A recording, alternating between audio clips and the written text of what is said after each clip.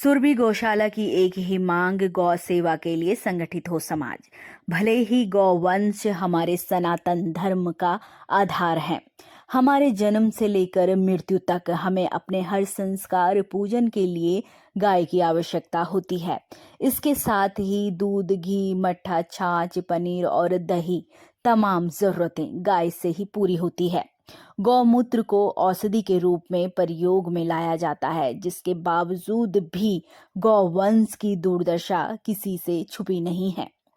आपको बता दें कि गौवंश की सेवा को लेकर लगातार 6 वर्षों से कार्य कर रहे सुरभि गौशाला चिकित्सा प्रतीत नगर रायवाला की संस्थापक देवकी सुवेदी के द्वारा गौवंश को संरक्षित करने के उद्देश्य से एक बैठक का आयोजन किया गया, जिसमें गांव की तमाम महिलाएं एवं गौ भक्त मौजूद रहे। बैठक का उद्देश्य रायवाला क्षेत्र में गौ भक्तों को संगठित कर निराश्रित दुर्घटनाग्रस्त गौवंशों की निस्वार्थ सेवा है।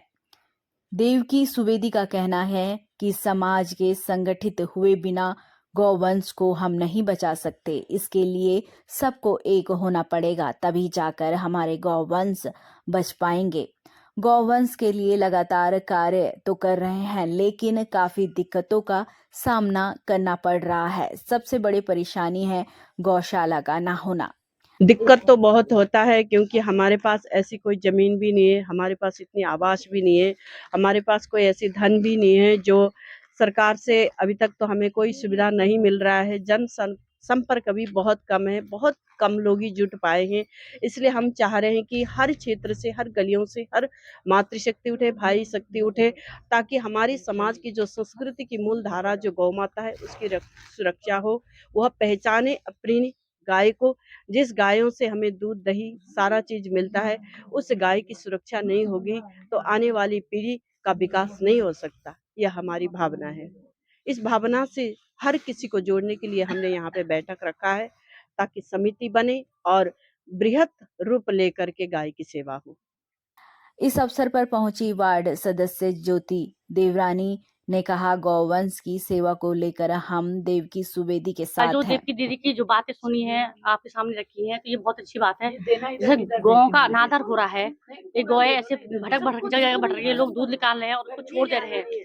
तो जिस गौ से हम दूध पीते हैं, मठा पनीर जो पी रहे हैं, तो ये कहाँ से आ रहा है? ये जनता क्यों नहीं सोच रही है? दूध के पैकेट पी के आ रहे हैं। तो हम यही चाहते हैं, जो देवकी दीदी ने कहा, इनका सहयोग करना चाहते हैं हम लोग कि भाई एक गौशाला बनी जाए। तो उसके लिए हम लोगों को क्या करना है, वो आगे सब जनता के सामने हमने रखा है। हम आगे तभी भरेंगे भाई, जब गौशालाओं को, ये गौ माताओं को थोड़ा जगह मिलनी चाहिए। अवसर पर राम भक्त मुकेश तिवारी ने बताया कि हमारे समाज के लोगों ने गाय को व्यापार का साधन मान लिया है। जब तक गाय दूध दे रही है तब तक उसे अपने पास रखते हैं, उसके बाद सड़कों में छोड़ देते हैं। इसके साथ ही उन्होंने बताया कि रायवाला क्षेत्र में ग्राम पंचायत की जमीन है जो गौवंश के काम आ सकती है। उसके लिए समिति पूरा प्रयास में लगी हुई है। देखिए, आजकल क्या है कि लोगों ने गाय को जो है व्यापार का साधन समझ लिया है। जब तक दूध मिल रहा है तब तक गाय अपने पास है, और जब दूध देना बंद कर दी उसके बाद जो है रास्ते में छोड़ देते हैं। तो ये बड़ा ही दुर्भाग्यपूर्ण है। तो मैं समझता हूँ कि हमारे राय वाले क्षेत्र में ही देख लीजिए, ग्राम पंचायत की कई जमीन ऐसी है जो हड़प हो चुकी हैं और कुछ बची हैं, उस पर कहीं ना कहीं भूमाफियाओं की नज़र है। तो हम जल्द से जल्द कोशिश करेंगे कि वो ज़मीन गौशाले के लिए आवंटित हो और हम उसमें जो है गायों की सेवा कर सकें।